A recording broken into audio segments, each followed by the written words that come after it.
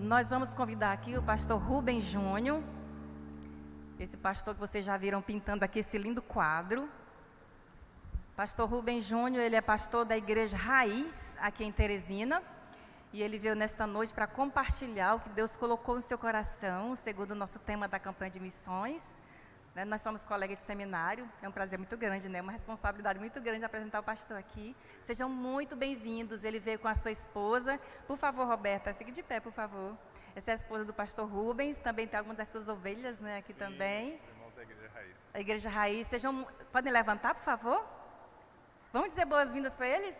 Sejam bem-vindos, em nome de Jesus. Fiquem à vontade, que Deus abençoe muito. Muito obrigada. Olha que quadro lindo, esse artista aqui que o Senhor colocou em nossa vida, para abençoar muita gente. Deus te use muito, muito mesmo. E que o Senhor desvende os nossos olhos para compreender a palavra dele nessa noite. Amém?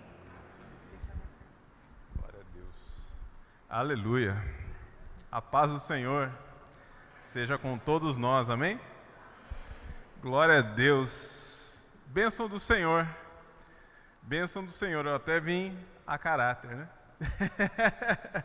Eu vim hoje cedo deixar o material de pintura e falei, rapaz, eu quero uma camiseta dessa aí, daí eu já prego com ela.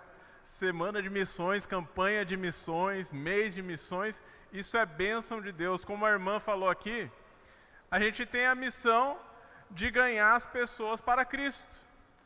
Amém? Aí ela perguntou, o Brasil é do Senhor? Todo mundo, amém. Ela fala, ainda não é todo mundo, a gente ainda tem muita gente para alcançar, em nome de Jesus.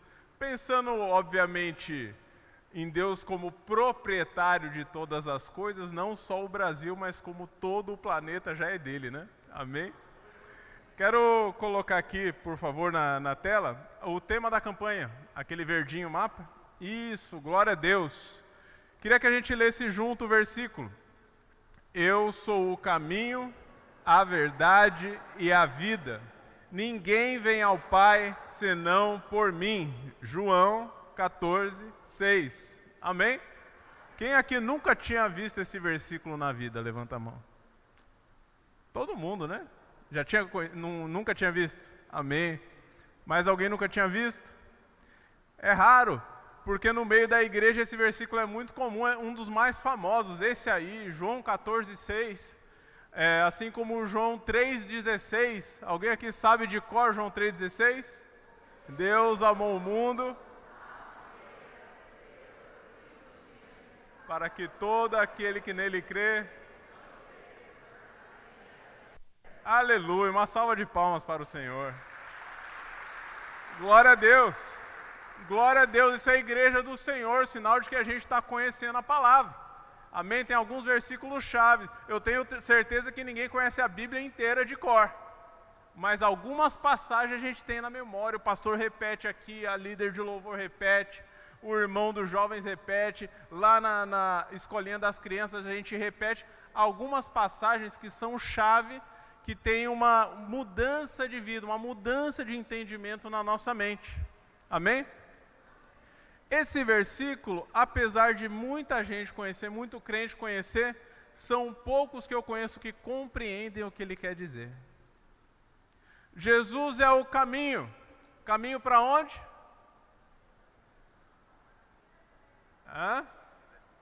Para o céu, para a vida eterna, amém. É isso aí. É o caminho para eu sair daqui onde eu estou e ir para o céu na eternidade. Amém? Porque essa vida que a gente tem aqui, todo mundo sabe que acaba em algum momento.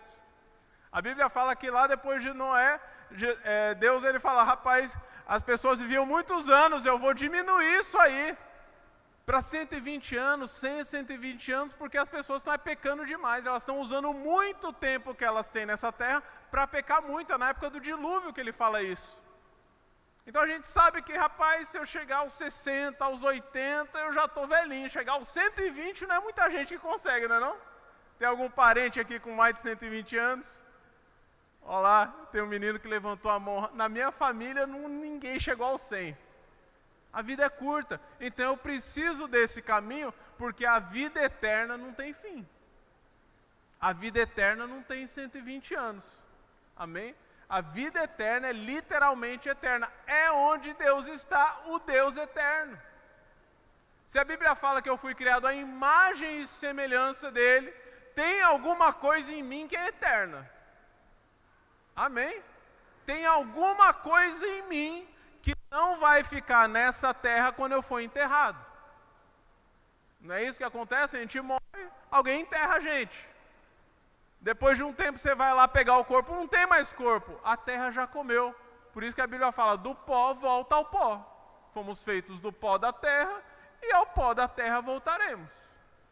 Mas tem alguma coisa em mim que vai durar para sempre. Amém? É disso que esse versículo está falando. Eu sou o caminho. Você sair daqui e ir para a eternidade com Deus e não gastar a sua eternidade no lago de fogo, porque o lago de fogo também é eterno, meu irmão. Amém? Por isso que ele está falando, eu sou o caminho, artigo definido, não tem outro caminho. Tem uma eternidade, mas tem dois lados da eternidade. Um é luz, é ouro, é glória, é reino de Deus. O outro é lago de fogo e enxofre, dor e sofrimento. É por isso que ele está falando, eu sou o caminho. Tem algo em você que vai durar para sempre. Essa vida aqui acaba rápido. Mas quando você for para a eternidade, lá não vão ter outros caminhos, lá não vão ter outras pregações. Ou você vai estar com os santos, ou você vai estar com os pecadores. Amém? Esse versículo é muito forte. Aí ele fala, eu sou o caminho, mas eu também sou a verdade. O que é a verdade? Caminho é por onde a gente anda, certo? Tem um caminho para cá, outro para lá, tem uma escada ali, eu fui pegar água para minha esposa, tem 30 portas aqui, eu não sei por onde eu saio. Tem muitos caminhos para sair, para entrar nessa igreja. Para o reino do céu só tem um. Mas daí ele continua e fala, mas eu também sou a verdade. A verdade é a forma como eu ando nesse caminho. Porque eu posso viver uma vida de mentira. Eu posso viver uma vida de falsidade. Quem aqui já conheceu alguém falso? Levanta a mão. Bastante, né? Raro achar alguém muito sincero, só fala a verdade. Não, a pessoa vai indo, dependendo da pessoa, da situação, ela dá uma miguelada. Não, isso aí eu não vou revelar não. Isso aqui eu fiz, mas se eles descobrirem, rapaz, vai pegar mal para mim. Não, eu vou me portar assim perto dessas pessoas, porque eu quero que elas gostem de mim. Amém? Não é assim que acontece? Muita gente falsa, muita gente misturando quem é de verdade com um pouquinho de falsidade. Por interesse, para ganhar um emprego, para ter um amigo, para ter uma namorada, para conquistar alguém. Sinceridade é difícil. Aí Jesus chega e fala, eu sou a verdade. O jeito que eu vivo é verdadeiro. Porque eu sou o caminho, eu sou por onde você anda, mas eu também sou a forma como você anda. Quando Jesus chegava no meio das pessoas que não gostavam dele, ele não mudava o jeito dele, não. Ele falava, eu sou assim, eu não vou mudar. Aí ele era espancado, ele era apedrejado, ele era expulso da sinagoga, cuspiam nele. Ele continuava sendo ele mesmo. Não vou mudar para agradar os outros. Eu sei quem eu sou em Deus. Eu sei para que eu vim nesse mundo. Eu sei como meu Pai quer que eu seja. Ninguém aqui na terra vai mudar isso. Eu sou de verdade. Eu sou a verdade. Aquele que está no meu caminho também precisa viver de verdade. Precisa saber quem é e não mudar de acordo com as circunstâncias. Não ser levado por ventos de doutrina. Sabe o que é vento de doutrina, meu irmão? É alguém que chaveca a sua mente, fala, rapaz, vamos lá, vai dar certo. Você sabe que não é para ser, sabe que não vai rolar, sabe que não condiz com a sua vida com Deus, mas você fala, rapaz, vamos lá, vai. Foi enganado, foi induzido. Vento de doutrina veio com uma ideinha e você foi fraco, você não foi sincero, você não foi de verdade. Aí ele chega na vida, eu sou o caminho, a verdade e a vida.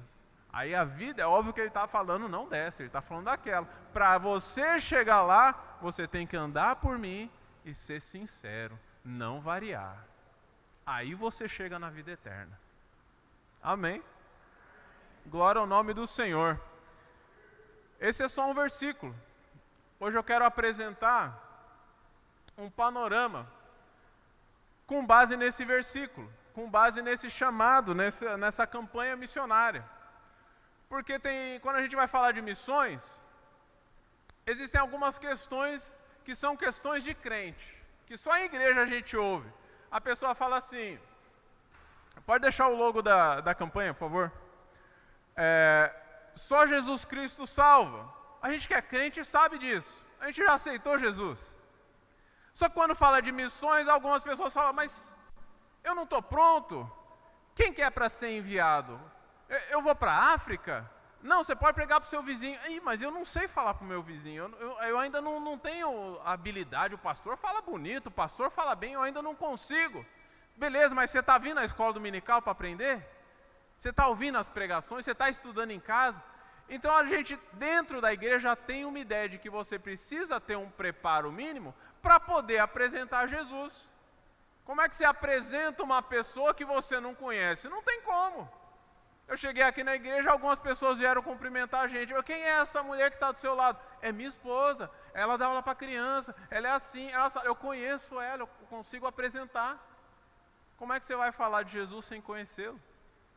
Amém? Sem ter intimidade com ele em casa, sem entender a palavra de Deus. Eu escrevi ali, tua palavra me sustenta, tuas escrituras me ensinam, teu amor me basta. Se você não tiver esses três, você não vai conhecer Jesus, meu. Você não vai encontrar nem o caminho, porque caminho às vezes está escondido. A Bíblia fala que Jesus é como um tesouro, a gente tem que descobrir ele na nossa vida. A forma de descobrir é fazer parte de toda essa comunhão, não é uma coisa, é tudo, é vir na igreja, é estudar, é compartilhar com os irmãos. Tudo isso vai tornando a sua vida completa em Cristo. Não é um método, são vários métodos. Amém? É isso que a gente vai entender um pouco hoje, um pouco sobre esses métodos. Mas tem algumas perguntas que não são feitas por crente, que são feitas justamente por quem não conhece a Bíblia, por quem nunca ouviu falar de Jesus, por quem está lá fora, por quem deve ser alcançado. E para mim essas perguntas é que são as mais importantes. Porque se tem um irmão que já entendeu que é para vir na igreja, é fácil marcar com ele um discipulado, marcar um culto, ir na casa dele, mandar um WhatsApp, mandar um estudo bíblico. Isso é fácil, ele não está entendendo alguma coisa, a gente explica. Tem um irmão aqui preparado para ensinar para ele. O problema são as perguntas que as pessoas lá fora fazem, que as impedem de entrar aqui. Um exemplo de pergunta, bem simples. Rubens, se Jesus é o caminho, a verdade e a vida, por que ele não veio antes? Por que ele esperou até a época dos romanos? Por que ele não veio na época de Noé? Por que ele não veio antes de Adão pecar? Não é uma pergunta relevante? Alguém sabe responder? São as perguntas básicas que as pessoas no mundo fazem. Se você é cristão, se você aceitou Jesus, por que você ainda peca? São as questões que as pessoas veem na rua. Ele é crente, vou dar uma observada. Olha lá, ó, já fraquejou de novo. Eu também fraquejo, a gente é igual. Não precisa ir na sua igreja para ser igual. As pessoas do mundo estão observando, e as questões que elas têm na cabeça são diferentes das nossas. São muito mais reais, porque tem a ver com a prática da vida delas. Por que eu vou na igreja se eu olho para os irmãos da igreja e eles não são nada diferentes de mim? Trabalho com 2, 3 crentes e vi um traindo a mulher, o outro está no grupo, só manda piadinha ruim, maliciosa. Perceba que para a gente trazer as pessoas para o nosso corpo de Cristo, meu irmão, é um negócio muito mais profundo do que falar Jesus te ama, eu também. Jesus é o caminho, a verdade e a vida. Não, muito legal, aqui na igreja a gente sabe de cor. Lá fora não funciona muito bem assim não. Amém? Então a gente vai fazer um panorama bíblico aqui para a gente entender essas respostas. Para que quando você vai falar de Jesus para alguém, quando você for participar de uma campanha missionária, você tenha noção exatamente do que você está fazendo, de quem você é em Cristo e de como resgatar essas almas. Amém? Pode pôr, por favor. A missão de Deus ao longo das eras. Vou ficar aqui no canto para todo mundo ver. Aqui estão todas as eras bíblicas. Se eu não entendo por que Jesus veio só depois e não antes, já fica difícil eu explicar para quem não conhece a Bíblia, porque essa pergunta vai aparecer em algum momento. Se Deus é tão bom, por que Ele deixou a árvore do conhecimento do bem e do mal lá? Perguntas reais que as pessoas fazem. Ah, Noé, por que Deus matou todo mundo e só salvou uma família? Cadê o Deus bom da sua Bíblia? Amém? Já ouviram essas perguntas? Eu tento evangelizar muita gente, é essas coisas que me aparecem. Aparece para você essas perguntas? Sim? Amém? Então vamos começar do início. Amém? Eu não sei se dá para ver daí, mas aqui em cima tem os numerozinhos. Vamos começar aqui do 1. Do 1 não, antes do 1. Eternidade. Abre aí na sua Bíblia Efésios 1, versículo 4. E vamos agilizar, senão eu não acabo hoje. Efésios 1, 4. Eternidade significa antes da criação do mundo, antes de haver o tempo, antes de Deus criar as horas, os momentos, os dias, os anos, a eternidade antes da criação do mundo, antes do Gênesis. O que está escrito aí em Efésios 1, versículo 4? Alguém lê para mim com uma voz bem alta.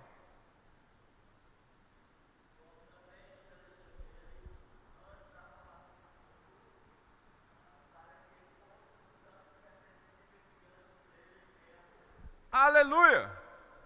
Porque Ele nos predestinou, nos elegeu nele mesmo antes da fundação do mundo. Para sermos o quê? Santos e irrepreensíveis. Para vivermos na eternidade com Ele, mas é de um jeito específico, convivendo como? Em amor. Amém? Então, antes dele criar o mundo, ele teve um projeto, ele teve um sonho, ele teve uma ideia. Ele falou, eu quero uma família. Eu não quero ficar sozinho na eternidade, eu quero um monte de gente vivendo comigo. Amém? Quero ter uma criação, quero ter muitos filhos. Mas eles precisam ser como eu, porque filho de peixe, peixinho é. Eu sou Deus santo, sede santos porque eu sou santo. Santos e irrepreensíveis eles têm que ser. O que é irrepreensível, meu irmão? Aquela pessoa que não precisa de repreensão porque ela não faz nada errado. Pensa no seu filho desobedecendo. Você vai lá e puxa a orelha, você vai lá e briga, você vai lá e ensina. Se ele não fizer nada de errado, não tem o que repreender. Só segue aí. Santos e irrepreensíveis, pessoas santas que não fazem nada de errado.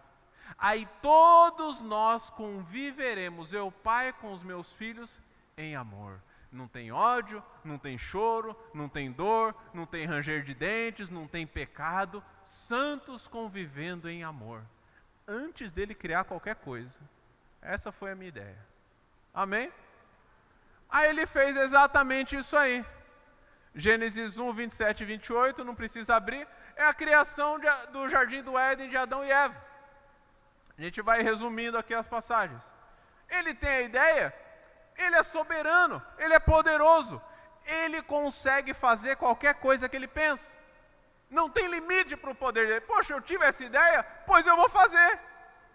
Aí ele cria um jardim perfeito, com animais perfeitos, flores, plantas, frutos, tudo perfeito.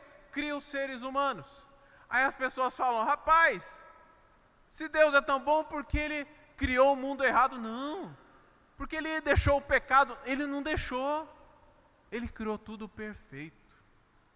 Deus olhou no sétimo dia e falou, rapaz, isso aqui é bom. Eu vou abençoar e santificar, porque está tudo perfeito aqui. Tudo funciona, tudo é bom, tudo é bonito, é frutífero, está tudo funcionando perfeitamente. E já deixei gente para cuidar. Adão e Eva, vocês podem cuidar daquilo que eu criei, vocês serão os governadores aqui. Aí vocês, Adão e Eva, que vão multiplicar a sua espécie. Vocês não foram feitos à minha imagem e semelhança, pois agora vocês vão multiplicar seres à minha imagem e semelhança. Vão dar o início à minha família de santos irrepreensíveis. Pode dar o nome para os animais, cuida do jardim. Gênesis 2 fala que o homem foi colocado no jardim para lavrar, para agricultura. Está tudo funcionando, tem as plantas, tem os frutos, eles cuidam, eles multiplicam, está tudo certo. Não tem pecado aí. Amém? Então quando alguém chegar para você e falar por que Deus fez coisa errada, não tem erro na criação dele. O problema é que ele deixou o homem como governador. Aí o que o homem fez? E essa fruta ali parece muito boa. Adão, pega lá, não sei, pega lá, Adão. Ah, tá bom, vamos lá, vamos comer.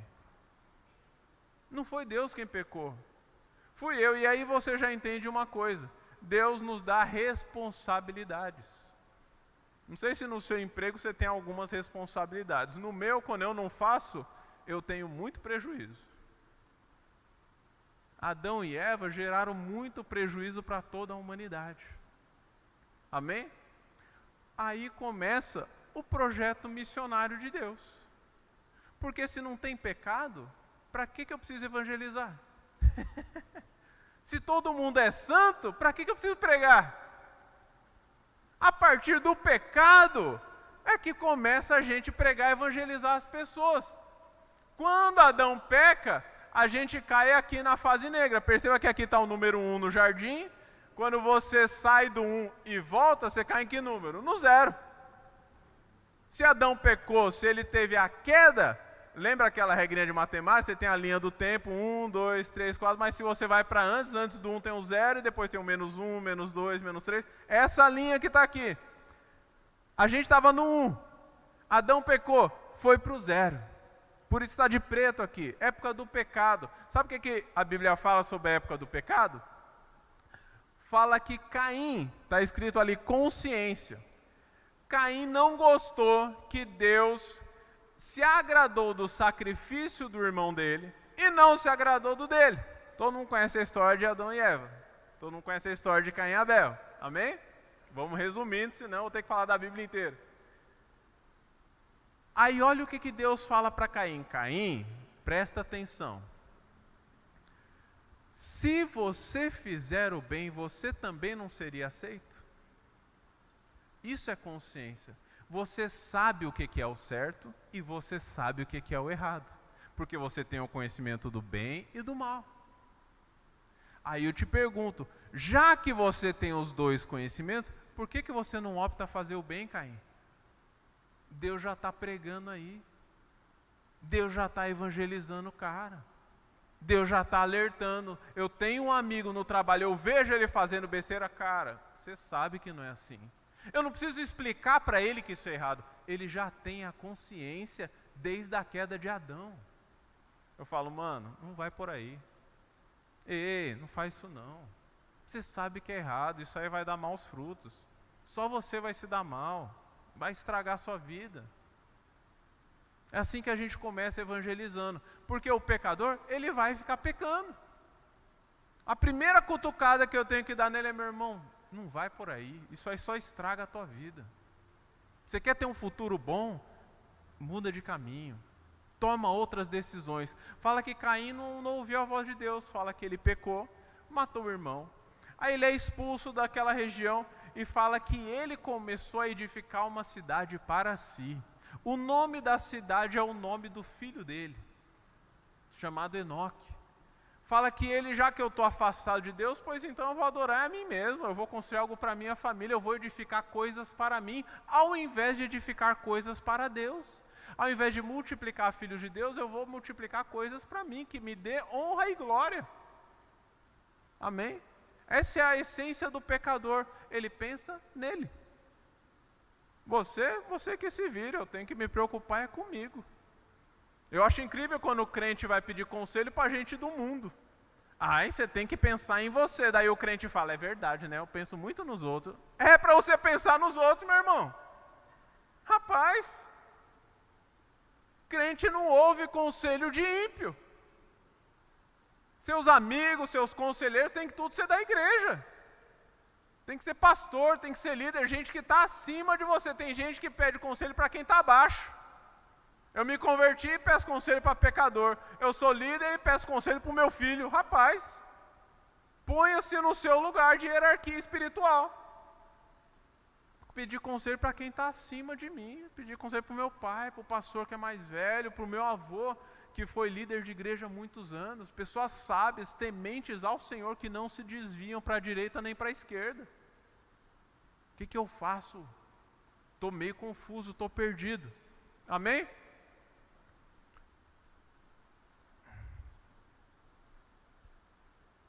Aleluia. Depois da consciência vem o renovo. Época de Noé. Por que Noé foi necessário? Olha que interessante. Aquela pergunta, né? Por que Jesus não veio antes? Entenda, meu irmão, uma coisa. João 3,16. Porque Deus amou o mundo de tal maneira que entregou seu Filho. Uma pergunta. Se eu tropeçar aqui e for necessário sacrificar seu filho, você vai sacrificar? Claro que não. Para você sacrificar seu filho tem que ser um problema mundial. Tem que ser um negócio grande, não é para salvar uma empresinha. Para você sacrificar seu filho, todas as outras chances já têm que ser tido dadas. Já tem que ter sido tentado todas as coisas. A primeira coisa que Deus falou para Caim foi: você tem condição de não pecar, não peque. Quando ele lava o planeta, fala: Noé, você escolheu pelo bem. Multiplique pessoas que escolham pelo bem como você.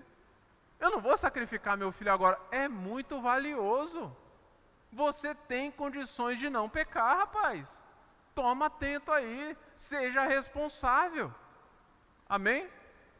Não é entregar filho como se fosse uma brincadeira. Porque ele não matou o filho dele antes. Não, meu irmão, eu não sei se você já leu os evangelhos. Jesus sofreu muito nesse lugar. Você vê seu filho caindo, você já fica todo apavorado. Imagina seu filho tomando chicotada. Seu filho sendo cuspido, sendo ignorado. Veio para os que eram seus e os seus não o receberam. O cara não foi bem quisto nem na própria família. Não quero isso para o meu filho, não. Eu tenho um filho precioso. Eu tenho outros filhos que estão pecando. Ei, vocês que estão pecando, comecem a obedecer. Esse é o básico. Não vou mandar meu filho agora, calma aí. Amém? Ele chama Noé: Noé, eu vou renovar. As pessoas já escolheram pelo mal. A partir de você farei uma nova família. Noé começa a pecar logo em seguida. Você pega a Bíblia e fala que ele já foi se embriagar, já amaldiçoou o filho mais novo. Rapaz, foi uma briga ali. Aí, esse renovo está em azul, para você se lembrar que essa é a era que tem a ver com o seu batismo. Muita gente pensa no dilúvio como se fosse morte da humanidade. O dilúvio é o batismo de todo o planeta. Porque quando você vai evangelizar alguém, não é isso que você tem que falar? Para de errar, aceita Jesus, vem se batizar, vem ser uma nova criatura. O batismo não é o lavar dos nossos pecados? Aqui é um batistério, não é? Glória ao nome do Senhor. As águas do batismo não são para isso, para me limpar do pecado.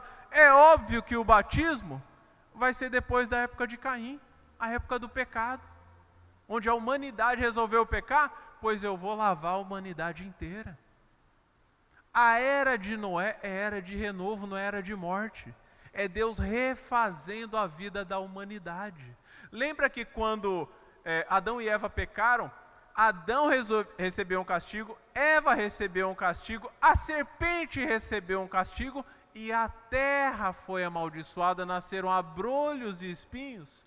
Todo mundo pecou, meu irmão. Todo mundo foi batizado no dilúvio. Amém? Isso aqui é o projeto da tua vida. A Bíblia inteira está falando do processo da tua vida que talvez você nunca tenha entendido. Se você está em pecado, você precisa optar por fazer o bem e ser batizado em nome de Jesus para começar uma vida nova. Amém? Logo em seguida, ele chama Abraão. Ah, nasci de novo, está tudo bem, tudo certo? Não, você precisa fazer parte da nação dos santos e irrepreensíveis. Abraão é o início de uma nova nação, porque a gente está misturado. Jesus fala, eu vou deixar o joio e o trigo crescerem um do lado do outro. Amém? Tem muito crente, mas também tem muito que não é crente, está tudo no mesmo lugar. Você vai numa festa de aniversário dos parentes, tem os irmãos da igreja e tem os irmãos que não são. Festa de casamento do crente, tem lá os parentes que nunca se converteram, que estão reclamando, rapaz, não tem bebida alcoólica nessa festa. Não é assim?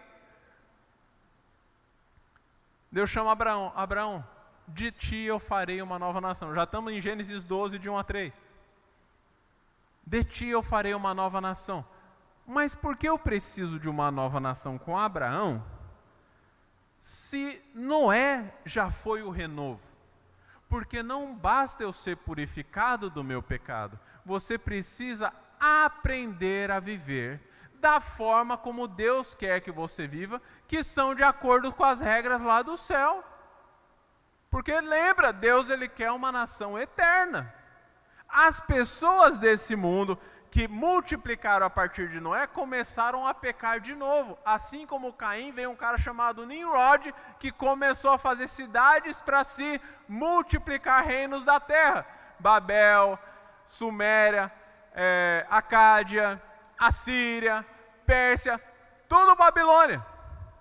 Tudo vem da Babilônia, reinos que são feitos para si, para a adoração dos seus próprios governantes. Nimrod, para quem não sabe, significa rebelde, aquele que se rebelou contra Deus. Aí, aonde você acha que Abraão morava? Na Babilônia. Abraão, sai da tua terra, eu vou te ensinar uma nova cultura. Se você ficar aí no meio desse povo, quando multiplicar a sua nação, eles vão continuar pecando como essa nação. Sai da tua terra, a partir de você eu multiplicarei pessoas e eles vão viver num novo lugar. Amém? Sai da terra, vem Moisés com as leis do Senhor, a partir de Êxodo 19. Ei Moisés, já estão no Monte Sinai, já tirou o povo do Egito. Ei Moisés, esse povo que eu tirei do Egito, Moisés, é a nação de Abraão, multiplicada, amém? Amém. Só que eles ainda têm a cultura do Egito. Eles ainda adoram muitos deuses. Eles ainda não sabem ouvir minha voz. Eles não conhecem as minhas escrituras sagradas. Por quê? Porque elas foram perdidas com o tempo. Sabia que não foi Moisés que começou a escrever a Bíblia, meu irmão? Existiram muitos outros escritos, mas que foram sendo perdidos com o tempo. Teve gente que escreveu antes do dilúvio. Jesus cita o livro de Enoque, que hoje existe um livro falso de Enoque aí, que foi muito modificado. Mas já existiam escrituras. Moisés, tudo isso se perdeu, você vai reescrever. Desde o Gênesis, para que todo o povo saiba quem é Deus, como eles têm que viver. Essas vão ser as regras dessa nação. Não basta você ter filhos, os seus filhos precisam ser educados nos caminhos do Senhor. Ensina a criança no caminho que deve andar. Como que eu vou ensinar se não tem lei? Qual que é a regra? O que ela pode, o que ela não pode fazer? O que eu ensino para o meu filho? Aí você já entende. A pessoa se batizou,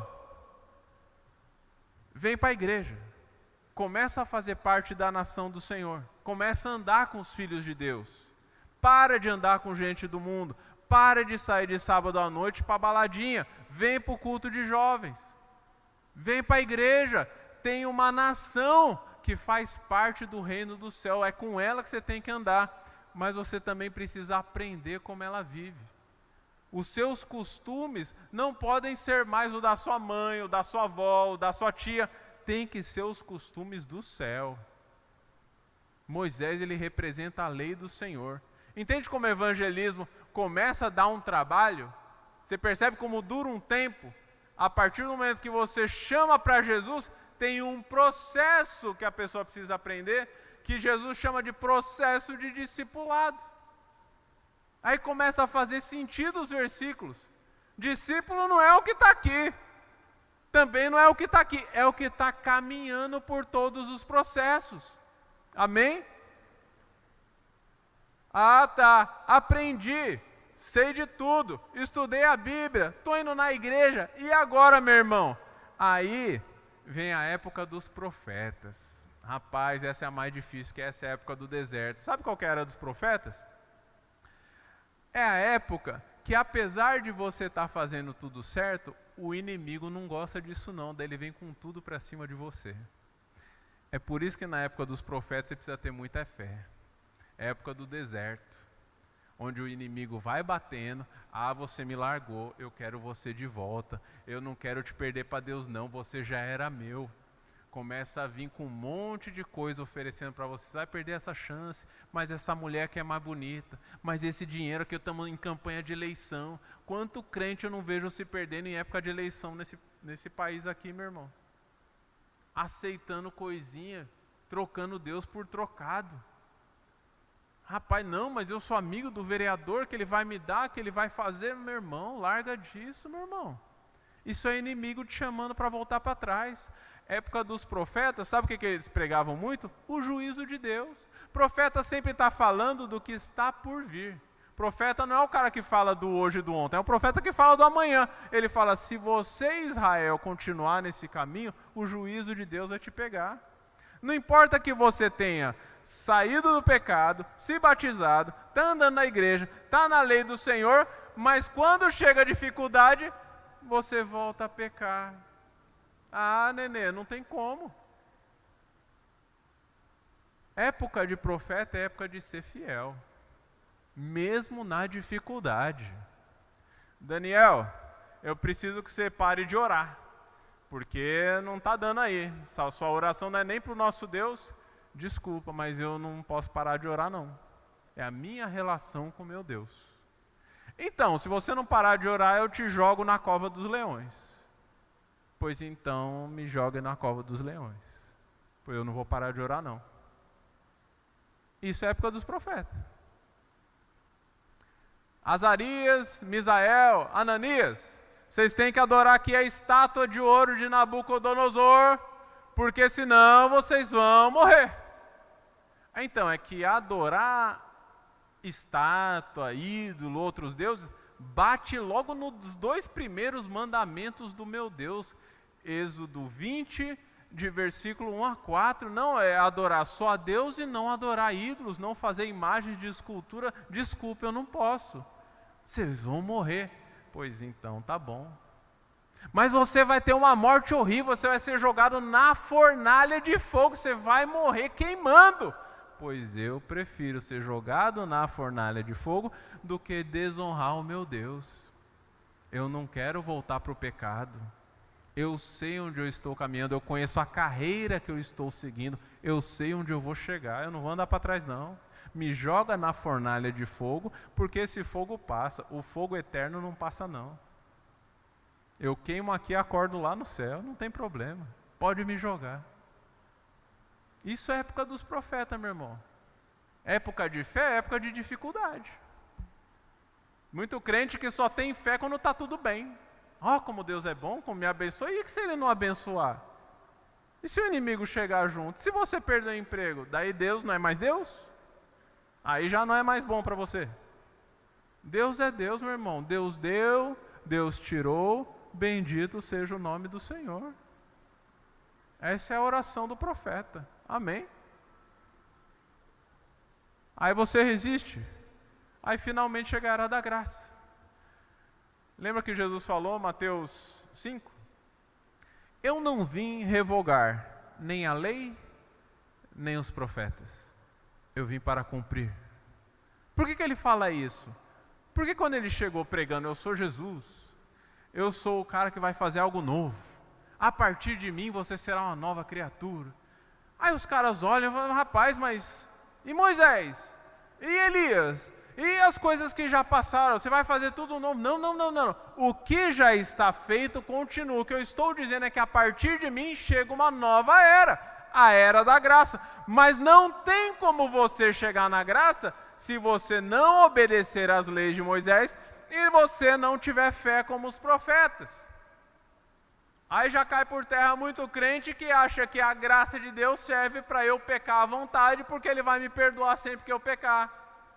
Não, meu irmão, para você viver na graça, você já está obedecendo. Se você não está obedecendo, você nem chega lá. Se você não crê na dificuldade, você nem conhece Jesus. Porque Jesus é a salvação na tempestade. Eu acalmo a tempestade, por quê? Porque está tendo a tempestade. Jesus não é só no mar calmo, não. Você obedecendo, você tendo fé, você entende o que Jesus está dizendo com graça. Graça quer dizer oferta, aquilo que se dá de graça. Eu morri na cruz para te salvar e não cobrei nada por isso. Agora você tem que se sacrificar para salvar outros, como eu fiz por você. Eu te ofereci a minha graça, agora você ofereça a graça para os outros. Isso é graça, oferta, coisa que você dá sem cobrar. Foi o como? Foi de graça. Ah, não pagou nada? Não, eu não. Deus pagou um alto preço, o preço do seu Filho amado, mas eu mesmo não paguei nada para receber o sangue de Jesus na minha vida. Ele morreu por todos nós. Amém? Essa aqui ninguém gosta de falar muito. Era de Satanás. Tem um lugar na Bíblia que Jesus chama de a grande tribulação. Amém? Fala que ela vai durar 7 anos, a tribulação. Mas os primeiros 3 anos e meio, poucas pessoas vão perceber. Porque vai ter gente se disfarçando de crente. Vão ter falsos profetas que vão enganar o povo. E se Deus deixasse muito tempo, até os santos seriam enganados de tão enganado que o povo vai ser. De tão perdido estará o mundo, até as igrejas poderiam se perder por causa desses falsos profetas. Então ele fala que os primeiros 3 anos e meio da tribulação, pouca gente vai notar, porque será parecido com uma paz, mas ele chama de falsa paz, porque ao mesmo tempo que as pessoas estão olhando e não estão vendo o problema, a alma delas está perdida. Amém? Aí ele fala que entre a tribulação e para passar para a grande tribulação haverá o arrebatamento dos santos, para que os santos não vivam a grande tribulação. Mas tanto a tribulação como a grande tribulação, a Bíblia deixa bem claro que o mestre é esse aqui, ó, Satanás. Rubens, mas Satanás vai dominar, tem Noé, tem Abraão, tem Moisés, tem Elias, Jesus, só crente aqui, de repente é Satanás, exatamente. Uma coisa você tem que entender, meu irmão, desde Adão, Deus dá a oportunidade de você obedecer ou desobedecer. E todo mundo vai viver com as suas próprias escolhas. Aqueles que escolhem por Deus vão ser arrebatados para viver com Ele. Aqueles que não querem a Cristo vão ficar com quem eles escolheram, Satanás. Eles vão ter um gostinho de ter Satanás liderando esse mundo. Apocalipse ainda fala, Deus vai permitir ainda por um pouco de tempo. As pessoas que não gostam de crente, que xinga Jesus, que escarnece da cruz, eles vão viver com o seu líder aqui nessa terra. Deus vai deixar ele ter poder. Fala que até a estátua de ídolo vai receber o poder de caminhar sobre os homens. Rapaz, é isso que vocês querem? Pois eu permito. Já veio toda essa geração, Noé, Abraão, Moisés, Elias, Jesus, e vocês ainda não me querem? Pois vivam com quem vocês querem, sem problema. Mas Deus, Ele tem amor pelas pessoas, Ele sabe que não vai ser um tempo bom.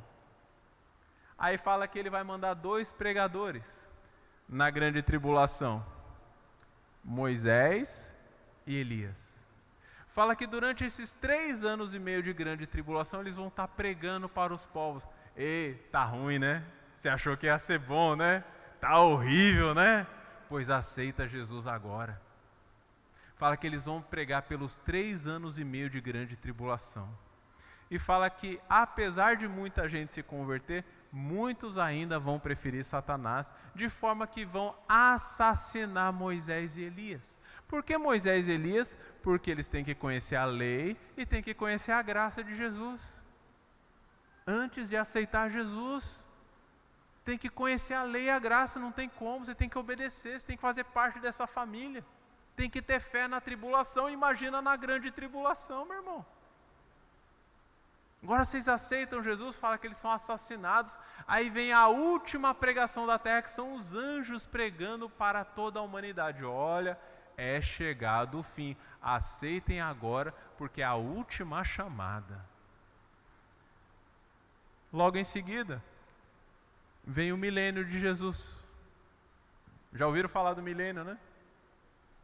Milênios é o reino de Deus vivendo na terra por 1000 anos. Assim como na tribulação Satanás liderou, Jesus aprisiona ele e começa a liderar durante 1000 anos. E durante esses 1000 anos nessa terra, haverá o tempo de paz verdadeira, onde os santos reinarão com Cristo.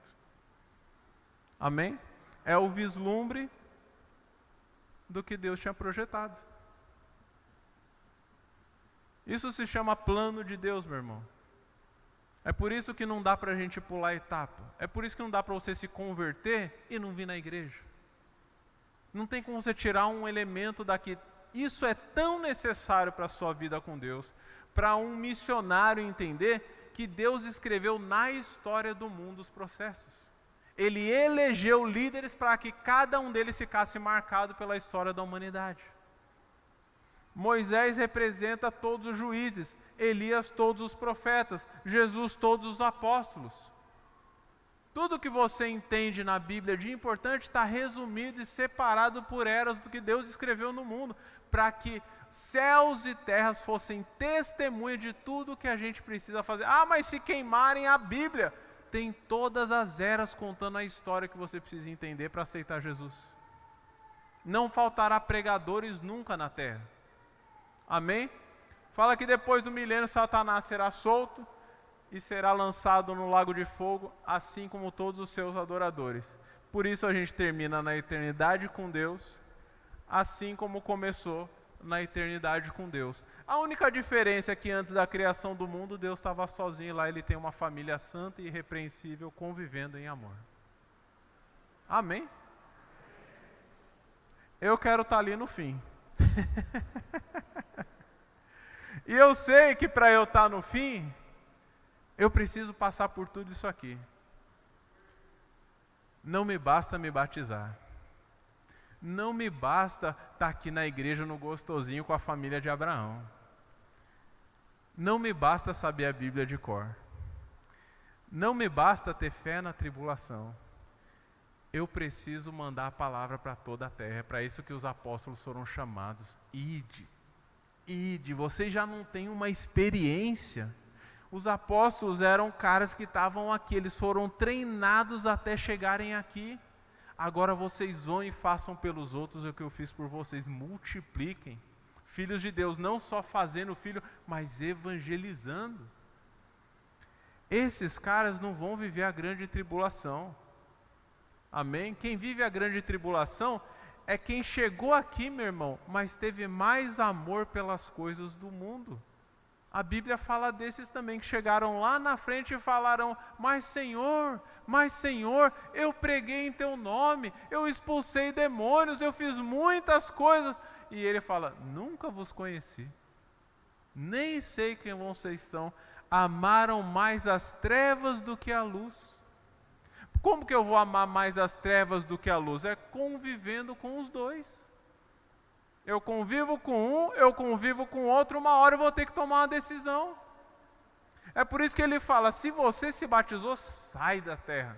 Sai do caminho que você andava para trás. Sai da turminha que você andava. Senão você não chega no fim, meu irmão. Se você coloca o mundo e Deus para competir com você, você pode cair em algum momento. Não misture as coisas. Ai, pastor, posso fazer tatuagem? Para quê, meu irmão? Ai, pastor, ficar é pecado. Rapaz, relacionamento com Deus é para a eternidade, meu irmão. Não vem com conversinha dentro da igreja não. Se você aceitou se converter, é para ter algo novo na sua história. Amém? Glória ao nome do Senhor. Esse é o panorama que todo crente devia saber de cor. Você não precisa nem decorar os versículos, mas você precisa ter a noção dessas etapas, porque cada fase da sua vida está marcada aí. Nossa, eu estou vivendo uma tribulação no meu serviço, tem um cara que trabalha comigo que está doido para ficar no meu lugar no emprego. Pois tenha fé, meu irmão. Época de Elias, era dos profetas. Na tribulação você tem fé. Ai, mas estou em dúvida se eu faço isso, aquilo, não sei. Sabe sim, Deus te deu consciência desde a época de Adão. A pregação de Caim. Qualquer área da sua vida cai em alguma dessas pregações aqui. Quando você for evangelizar alguém, ele vai te dar algum argumento sobre isso aqui. Ai, mas não sei se Deus é real. Mas não sei porque o irmão peca. Mas não sei o que. Está toda aí a resposta, meu irmão. Dá um print, pede para os irmãos lá de trás, guarda isso aí. Tem os versículos anotados, imprime, anda com ele guardado na sua Bíblia. Isso é a arma do missionário. Se eu não sei, eu não consigo ensinar. Se eu não vivo, eu não consigo ser exemplo. A Bíblia fala, vocês serão cheios do Espírito Santo e serão minhas testemunhas. Como que eu vou testemunhar algo que eu não vivo? Amém? Eu preciso saber e eu preciso viver para eu conseguir cumprir esse projeto, essa campanha aqui. Senão a gente vai ser aquela igreja que fala de Jesus, mas quando esses crentes saem no mundo, são irreconhecíveis porque são iguaizinhos do mundo. Não é o céu assim não. No céu há diferença entre luz e trevas. Onde a luz ilumina, as trevas desaparecem. Há um raiar de luz quando um filho de Deus aparece no meio do pecador. Eu falo, rapaz, esse aí é diferente. Esse cara tem alguma coisa aí, não sei o que é não, mas ele tem um negócio estranho. Não é parecido com meus outros amigos. Meu irmão, quando eu era pequeno, as mães dos meus amigos de escola, quando ia rolar alguma festinha, alguma coisa assim, elas falavam assim para os meus amigos, se o Rubens for, você pode ir. Mas por quê, mãe? Porque onde o Rubens está não tem bebida, não tem droga, não tem nada de errado. Se tem coisa errada, ele não vai. Então, se ele for, você pode ir. Nele eu confio, em você não. A mãe dos meus amigos confiava em mim mais do que neles. Sendo que ela que educou eles. Por que será?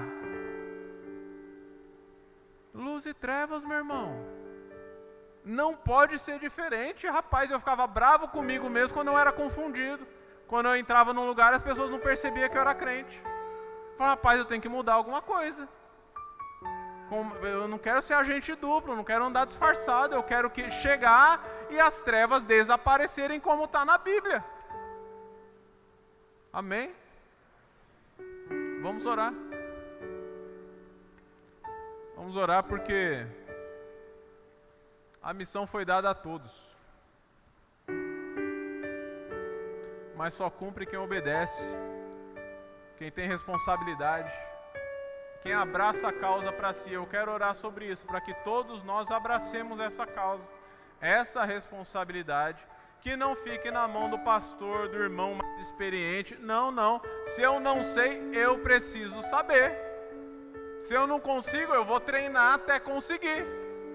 Deus não tem esse talento, pois então me dá esse talento, Senhor. Não se conforme em não ter. Senhor, glórias ao teu nome, Pai. Glórias ao teu santo nome, que escreve a história com os dedos de tuas mãos. Ó Alfa, Ômega, início e fim. Aquele que nos conduz desde antes de existirmos, o Senhor já tinha um plano. Oh Pai, queremos ser parte dessa família santa e irrepreensível, mas não apenas como moradores, mas como caçadores de almas perdidas, Senhor. Oh Pai, não estamos nessa terra à toa, temos uma missão a cumprir. Nos ajuda, Papai, a termos mais amor pelas almas do que pelas coisas desse mundo que perecem com traça e cupim. Abre nossos olhos para vermos, Pai, a Tua história dentro da nossa vida. para que possamos testemunhá-la a outros e as pessoas vejam e falem: Deus é real na sua vida, eu quero que Ele seja na minha. Essa é a conversão real. Não queremos convencer ninguém, porque é o Teu Espírito que convence.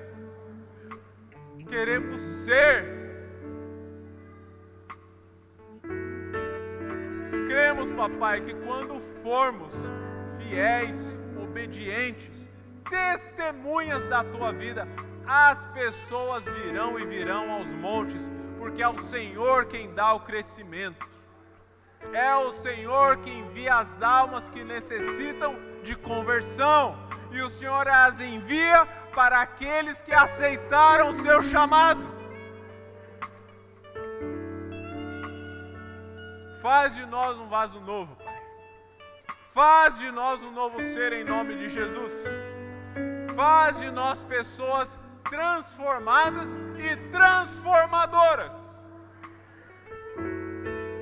Que não haja mais espaço no nosso emprego, na nossa casa, que não tenha o Senhor.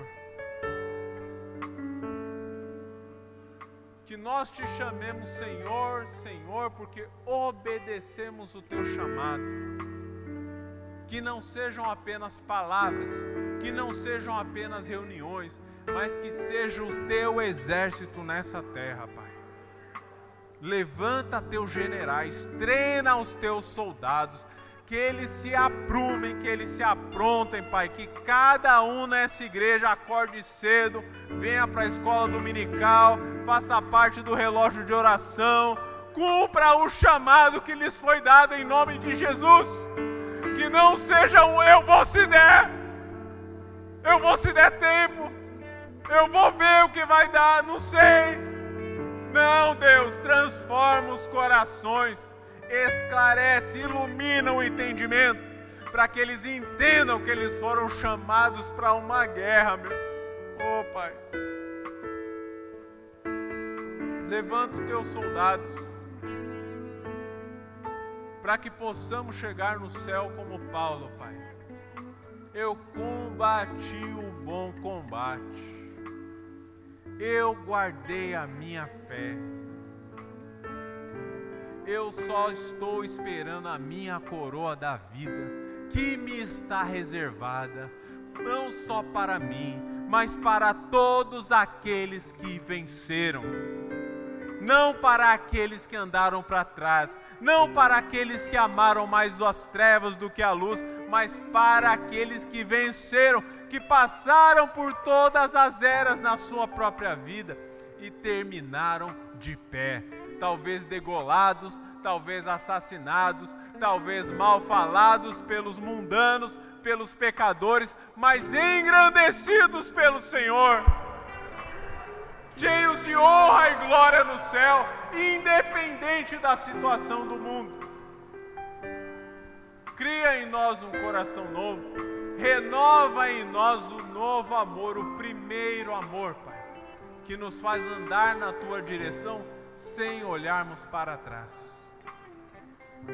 Glórias ao Teu nome, obrigado pela Tua vida em nós, obrigado pela Tua vida nessa igreja, obrigado pelos líderes desse lugar, obrigado por essa casa chamada Casa de Oração, obrigado pelos pequeninos que estão nas salinhas, ouvindo e aprendendo da Tua palavra, porque eles serão grandes no Teu nome, não serão perdidos como os do mundo.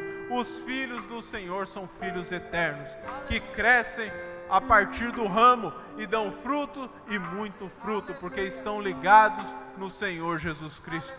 Glórias ao Teu nome. Deus seja conosco, hoje e até os confins dos tempos. Em nome de Jesus. Amém. Sonda-me, Senhor, e me conhece.